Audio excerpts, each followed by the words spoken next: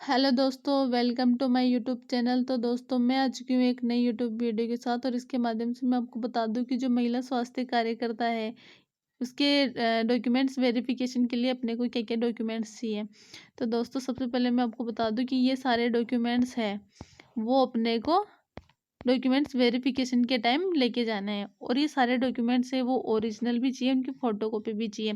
तो दोस्तों, सबसे पहले मैं आपको बता दूं कि जो फर्स्ट डॉक्यूमेंट्स है वो अपने को क्या चाहिए। तो सबसे पहला डॉक्यूमेंट्स है ऑनलाइन आवेदन का प्रिंट आउट। ऑनलाइन आवेदन का प्रिंट आउट जो अपन ने फॉर्म डाला था उस टाइम अपने को प्रिंट आउट मिला था, एक तो वो चाहिए और एडिट का ऑप्शन आया था उसके कुछ टाइम बाद में। तो जिन भी स्टूडेंटों ने ऑनलाइन आवेदन किया था उसको बाद में एडिट किया था उसको प्रिंट आउट, तो दोनों प्रिंट आउट चाहिए अपने को। उसके बाद में आता है अपने पास आधार कार्ड। आधार कार्ड ओरिजिनल फोटोकॉपी दोनों चाहिए। ये सारे डॉक्यूमेंट्स है वो ओरिजिनल और विद फोटोकॉपी दोनों चाहिए अपने को। उसके बाद थर्ड डॉक्यूमेंट्स आता है अपने पास सेकेंडरी परीक्षा की अंक तालिका व प्रमाण पत्र। सेकेंडरी परीक्षा मतलब 10th क्लास की। अपने को 10वीं क्लास की अंक तालिका चाहिए विद प्रमाण पत्र सहित। जितने भी पुराने स्टूडेंट हैं उनके पास में प्रमाण पत्र अलग आता था पहले और मार्कशीट अलग आती थी। और नए स्टूडेंट हैं वो अंक तालिका के साथ ही प्रमाण पत्र आ जाता है, तो टेंशन लेने की ज़रूरत नहीं है। पुराने स्टूडेंटों के के पास अलग से प्रमाण पत्र है और नए स्टूडेंटों के पास में प्रमाण पत्र अंक तालिका के अंदर ही आ जाता है। ठीक है। उसके बाद चौथा डॉक्यूमेंट्स आता है अपने पास जाति प्रमाण पत्र यदि लागू हो। तो जाति प्रमाण पत्र जनरली 3 कैटेगरी के लिए 6 महीने के लिए वैलिड वाला जाति प्रमाण पत्र बनता है। तो ओबीसी, ईडब्ल्यूएस और एमबीसी तीनों के लिए जो जाति प्रमाण पत्र है वो 6 महीने से पुराना हो गया हो किसी के पास में तो नया बनवा ले और जाति प्रमाण पत्र चाहिए। उसके बाद अपने को चाहिए मूल निवास प्रमाण पत्र और विशेष मूल निवास प्रमाण पत्र। तो मूल निवास प्रमाण पत्र जनरली सबके लिए सेम बनता है। उसके बाद में जो विशेष है वो टीएसपी वालों के लिए मूल निवास प्रमाण पत्र है, टीएसपी वालों के लिए विशेष प्रकार का बनता है और नॉन टीएसपी वाले हैं उनके नॉर्मली बन जाता है। छठवां डॉक्यूमेंट्स अपने पास आता है कि विवाह पंजीयन प्रमाण पत्र यदि लागू है।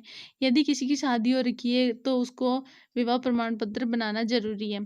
ठीक है। उसके बाद में आता है जीवित संतानों के जन्म प्रमाण पत्र। यदि किसी की शादी हो रखी है, बच्चे हैं, तो उन सभी के जन्म प्रमाण पत्र उसके अंदर चाहिए। उसके बाद आइए आगे बात करते हैं। तो उत्कर्ष खिलाड़ी वर्ग में आवेदन करने वाले अभ्यर्थी उनको खेल से संबंधित जो प्रमाण पत्र है वो चाहिए।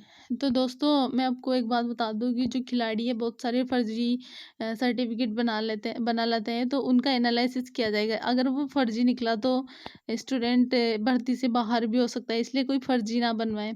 उसके बाद भूतपूर्व सैनिक वर्ग के अभ्यर्थी सेनानिवृत्ति पर जारी पीपीओ। तो ऐसी कोई महिला स्वास्थ्य कार्यकर्ता वैसे होगी तो नहीं जो भूतपूर्व सैनिक होगी, उसके बाद में एएनएम भर्ती के अंदर उसको सिलेक्शन हुआ होगा, तो वैसे टेंशन लेने की ज़रूरत नहीं है। कोई हो तो उसका पीपीओ लेके आ जाना। ठीक है। उसके बाद आती है अपने पास सीनियर सेकेंडरी परीक्षा उत्तीर्ण अंक तालिका। अपने को 12th क्लास की मार्कशीट की भी ज़रूरत पड़ेगी। वैसे तो ये भर्ती टेंथ बेस पे ही है, पर 12th क्लास की जो अंक तालिका है वो भी लेके आनी है। उसके बाद 11वां डॉक्यूमेंट से अपने पास व्यावसायिक योग्यता परीक्षा उत्तीर्ण अंक तालिका। इसका मतलब होता है जब अपन ने डिप्लोमा किया था, 2 साल का डिप्लोमा किया था, तो उस टाइम जो दोनों ईयर की जो मार्कशीटें हैं first year and second year दोनों की अंक तालिकाएँ चाहिए अपने को। उसके बाद 12वां डॉक्यूमेंट्स आता है अपने पास राजस्थान की संबंधित काउंसिल व अध्ययन वेद पंजीयन प्रमाण पत्र। इसका मतलब होता है आरएनसी से जो रजिस्ट्रेशन किया हुआ था अपना रजिस्ट्रेशन किया हुआ था वो प्रमाण पत्र चाहिए अपने को। उसके बाद आता है 13वां डॉक्यूमेंट्स अनुभव प्रमाण पत्र। जिन भी स्टूडेंटों ने अनुभव प्रमाण पत्र लगाया है, चाहे वो एनआरएचएम से हो, चाहे यूटीबी से हो, चाहे पीपी मोड से, जिन्होंने भी जितने भी दिन का प्रमाण पत्र लगाया है वो प्रमाण पत्र बना के लेके आना है। और एक फ़ोटो, चाहे तो अब 2 फ़ोटो रख के ले आना, 2 फ़ोटो ले आना। और यदि किसी ने शपथ पत्र बनवा रखा है, जैसे किसी के 10th क्लास की मार्कशीट में कोई नाम में मिस्टेक हो, चाहे डेट ऑफ बर्थ में किसी में भी मिस्टेक हो और उसने शपथ पत्र बनवा रखा है तो वो चाहिए। तो ये सारे डॉक्यूमेंट्स लेके अपने को डॉक्यूमेंट्स वेरिफिकेशन के लिए आना है। और ये जितने भी सारे डॉक्यूमेंट्स हैं वो ओरिजिनल भी लेके आना है विद फ़ोटोकॉपी, उनकी फ़ोटोकॉपी भी लेके आनी है।